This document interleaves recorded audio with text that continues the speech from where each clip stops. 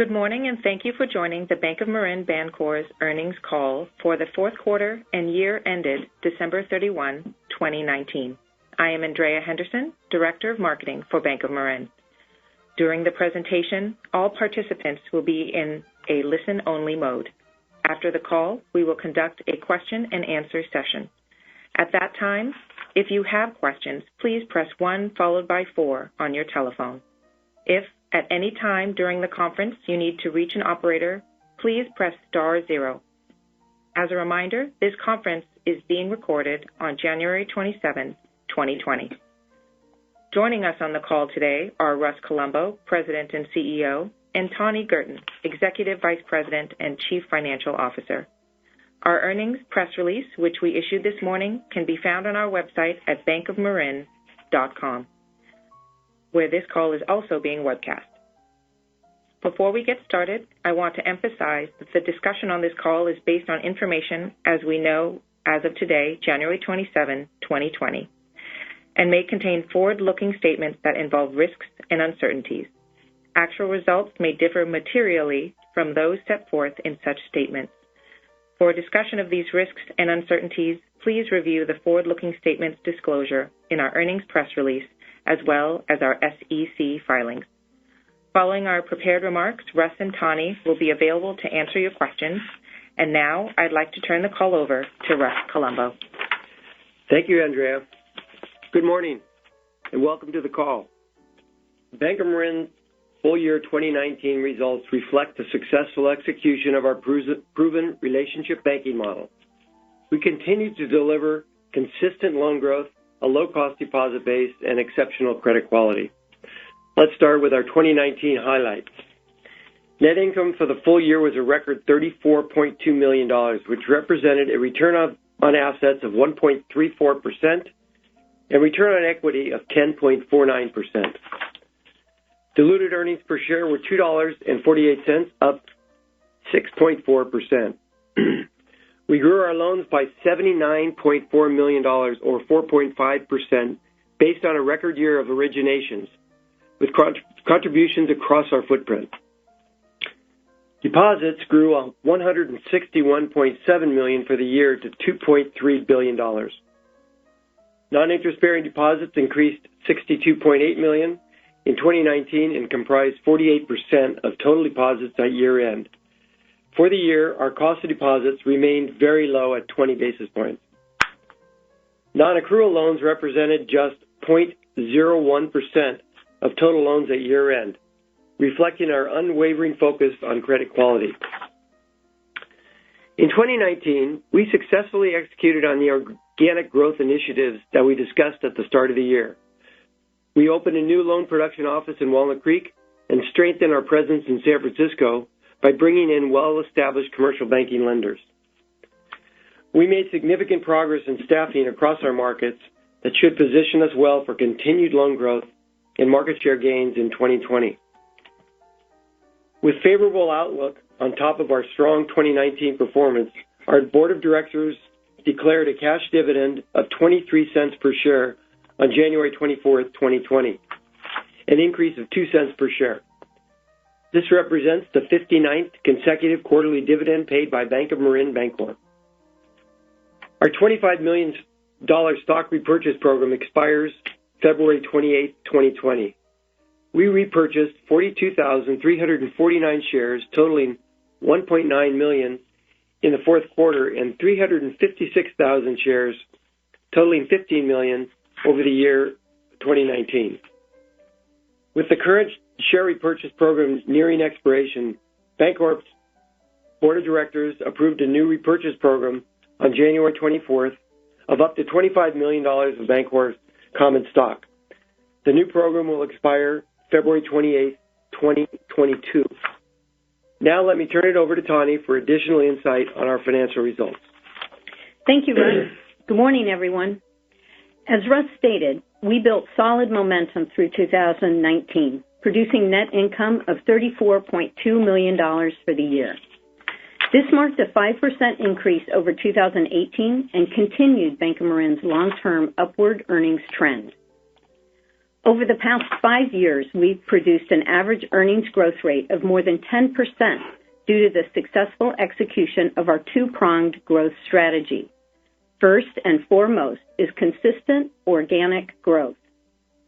We amplify that growth by effectively integrating and building on strategic acquisitions, as we have done with the Charter Oak Bank, Bank of Alameda, and Bank of Napa acquisitions. Year-over-year net interest income grew $4.2 million, or 4.5%, driven by higher loan balances and yields. The impact of higher interest-bearing deposit balances and rates was mitigated by the early redemption of subordinated debt in 2018. Non-interest income declined $1 million from 2018, which included a $956,000 gain on the sale of Visa Class B shares and higher fees on deposits sold to third-party networks in 2018. In 2019, a $562,000 payment on bank-owned life insurance policies was partially offset by expenses on new policies purchased. Notably, non-interest expense of $58 million was down from 2018. While salaries increased 7.5% year over year, primarily driven by hiring for our commercial banking offices, our data processing, professional services, and health insurance costs declined due to the renegotiation of contracts. There were no acquisition-related expenses in 2019, and FDIC insurance premium payments were not required in the last 2 quarters of the year as the deposit insurance fund exceeded its billing threshold. The full year 2019 efficiency ratio of 55.3% declined from 57.3% in 2018, demonstrating our commitment to careful expense management that is balanced with strategic investments in talent and technology. Now turning to our fourth quarter results. Net income was $9.1 million in the quarter compared to $9.4 million in the third quarter. There were 3 events in the third quarter that led to higher net income.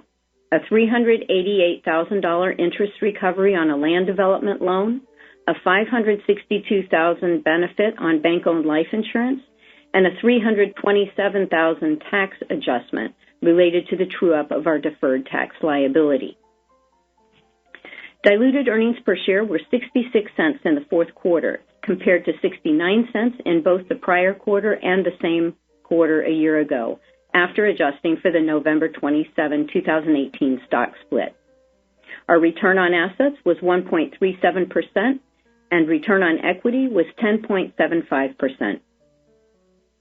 Net interest income was fairly stable quarter over quarter as growing loan balances mostly offset declines in yields related to Federal Reserve interest rate reductions and the third quarter interest recovery. In line with strong loan growth, we recorded a $500,000 loan loss provision in the fourth quarter, compared to $400,000 in the third quarter of 2019 and no provision in the fourth quarter of 2018. Non-interest expense of $13.3 million in the fourth quarter of 2019 was down from $14.2 million in the prior quarter and $13.7 million in the same quarter a year ago. The decline from the third quarter was mostly due to an incentive bonus adjustment and higher deferred loan origination costs related to a higher volume of new loans. Most of the decline from the fourth quarter of 2018 was due to lower data processing costs and the absence of FDIC insurance premium payments. Disciplined expense control enabled the bank to reduce its efficiency ratio to 50.8% in the fourth quarter of 2019, from 52.8% in the prior quarter and 51.3% in the fourth quarter last year. I'd now like to discuss the new accounting standard related to credit losses, commonly known as CECL. This went into effect on January 1st, 2020, and had no impact on our 2019 results. Our primary credit loss methodology will utilize a discounted cash flow approach that considers the probability of default and loss given default. Parallel testing occurred throughout 2019, and we estimate that our implementation of CECL will result in an increase of 5 to 15% of our December 31, 2019 allowance for loan losses, which will reduce retained earnings net of tax. In closing, we are very pleased with our 2019 results and all of the work accomplished during the year that positions our teams to build off this great success as we move forward in 2020.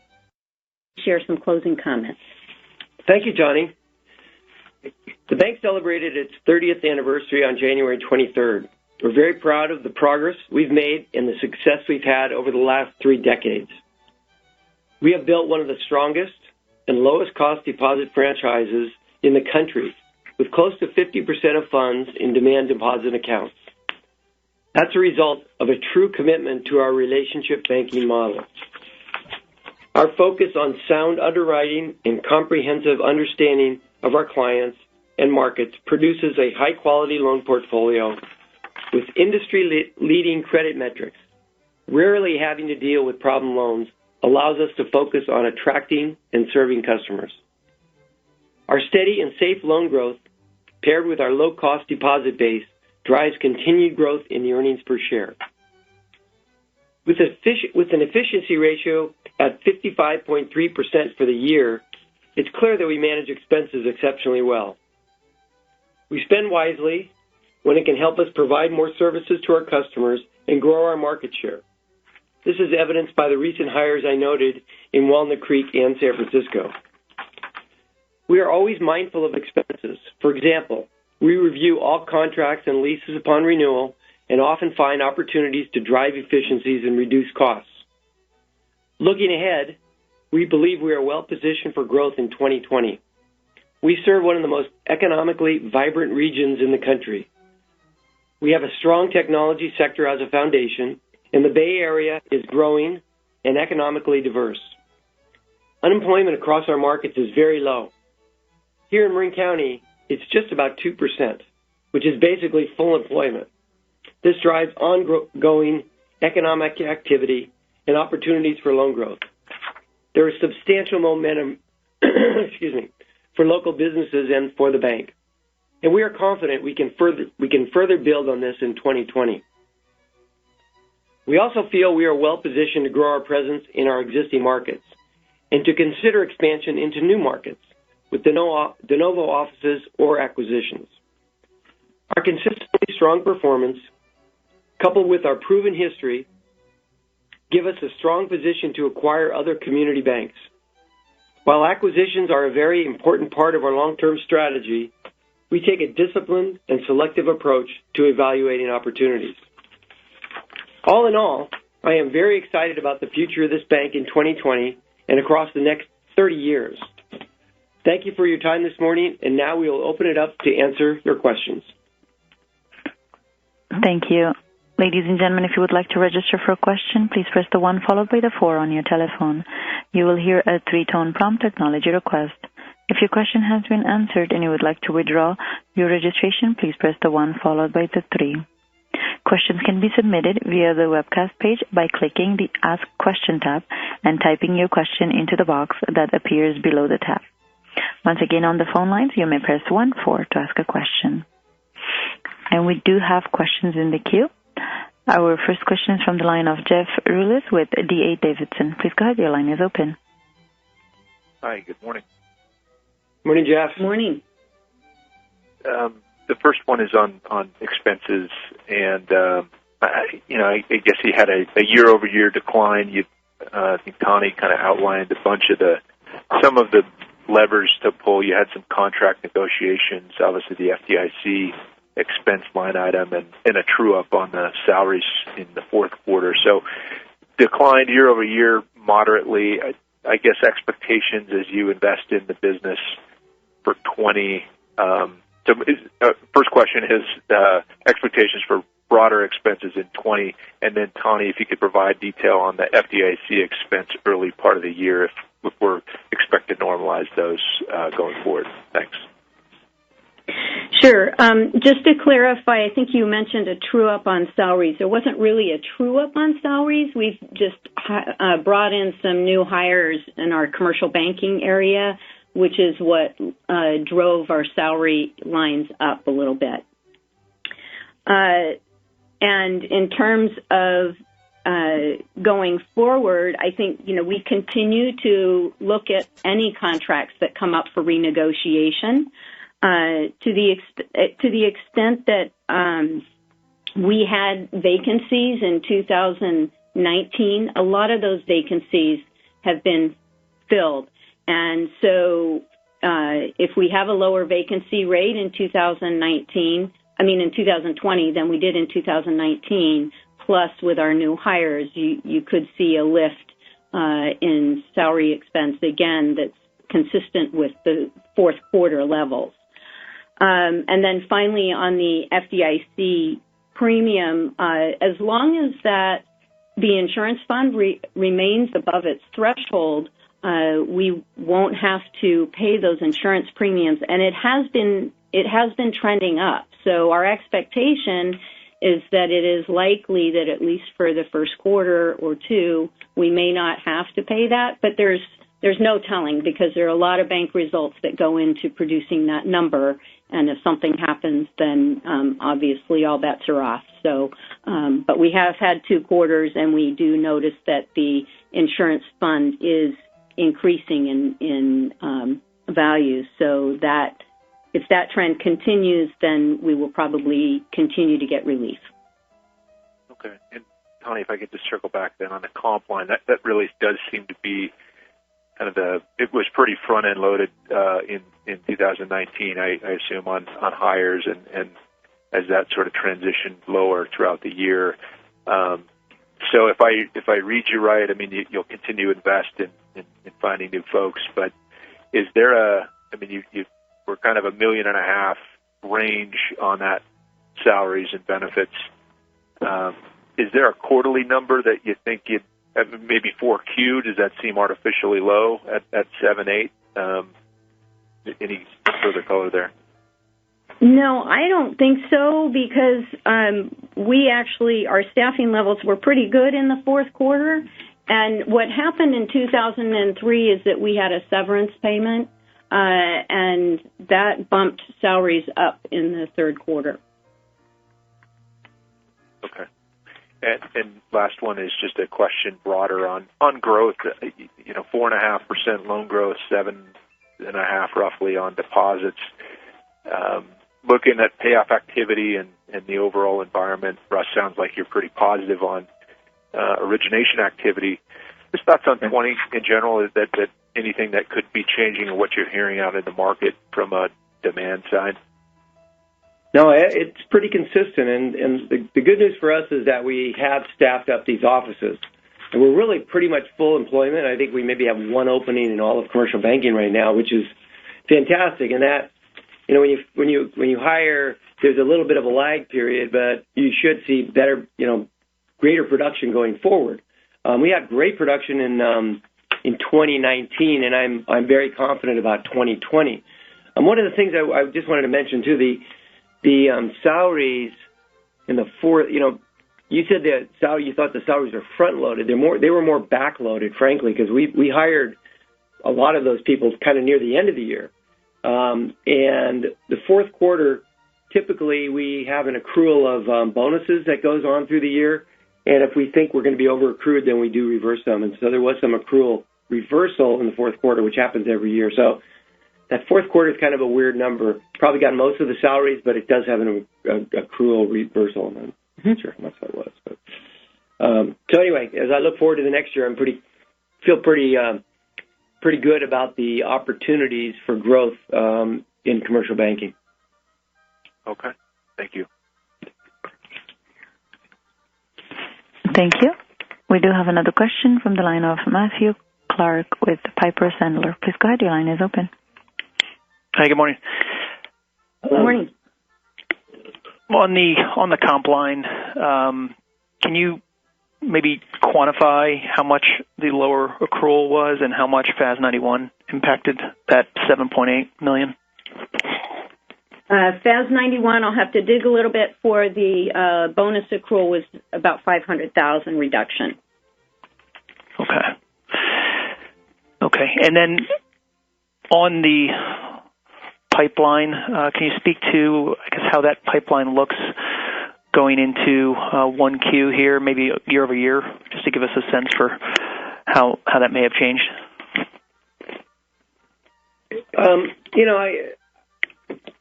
There's two components to that. There's the existing staff, and then there's the people that we just brought in. So we feel pretty good about it. We obviously, when you have a really good fourth quarter, a lot of the work that you've been doing during the year translates into business, and so then you do have a reduction in your pipeline first quarter, and it takes time to build that back up. So while I don't think it's a big impact, but it's probably off a little bit just because we booked everything that we were working on. So that being said, I'm very confident about the people that we have, and now with our we've staffed up San Francisco and Santa Rosa and Walnut Creek, and so I feel pretty good about the opportunities for growth of our commercial loan portfolio. Okay, and then just on loan yields, they were down a little bit here. I know part of that was from the recovery, so difficult comparison relative to the third quarter, but still, even adjusting for that, there was still some pressure. Can you give us a sense for where kind of new money yields are coming on the books and what might be running off in terms of yield? Yeah. Okay. Yeah. So the new loans that are coming on, around the average on the new loans is about 4.3%, whereas the existing portfolio is probably at 4.8, 4.9. So you're seeing definitely a lot of pressure coming down on the loan yields. That being said, I think you'll see that across the industry. Yep. Okay. And then just any update on M&A in terms of conversations or opportunities out there for you? Keep talking to people. It's the problem is, as we always say, banks are sold, they're not bought. There's not a lot of banks left in the Bay Area. So as I mentioned, I think in my comments, we're looking at not only necessarily M&A in the Bay Area, but we might look at contiguous markets. But there's nothing new to report at this point. My job is to talk to other banks, and I continue talking, but nothing new at this point. Okay. Thank you.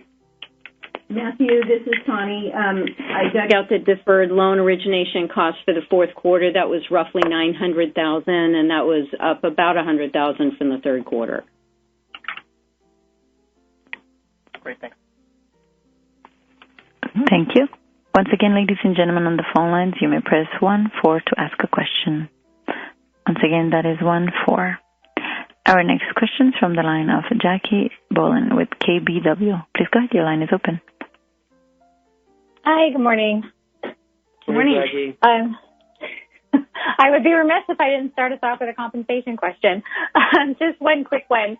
Tani, I have in my notes that payroll taxes usually and other seasonal items usually increase compensation by about $1 million between 4Q and 1Q. Is that still the run rate you're expecting? It might be a little bit higher, just given the higher level of salaries in general. But I think that we do get a pretty big bump in payroll taxes as well as in 401k match in the first quarter. So those expenses will go up. Okay, thank you. And then, Russ, you talked about new contiguous markets from both a de novo and an M&A perspective. And I have kind of a two-pronged question here. First off, what would you consider to be an attractive contiguous market? And secondly, if M&A doesn't happen in that way, would you look to do de novo in those markets?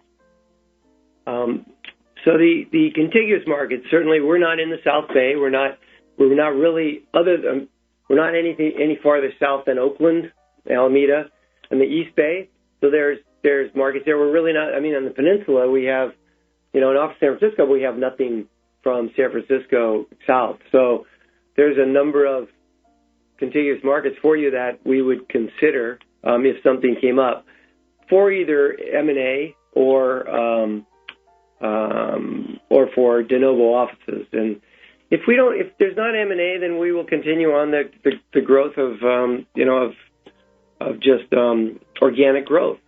And we've been able to attract good people in all of our markets, and that will translate into business. And if we don't buy anything, then we're doing just fine, and we're showing nice loan growth. I mean, almost 5% in the loan side, 7% on the deposit side.